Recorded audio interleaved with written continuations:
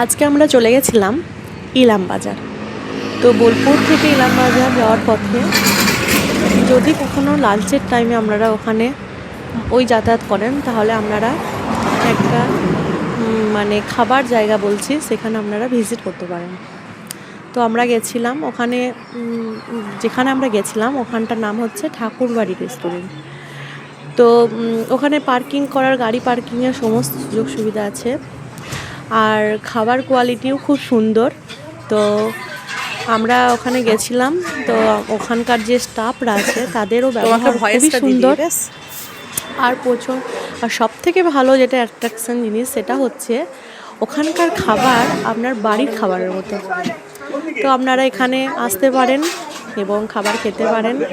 তো চলুন দেখাই আপনাদেরকে কোথায় গেছিলাম, আর আপনাদের লোকেশনটাও দেখিয়ে দিচ্ছি, আপনারা দেখতে থাকুন।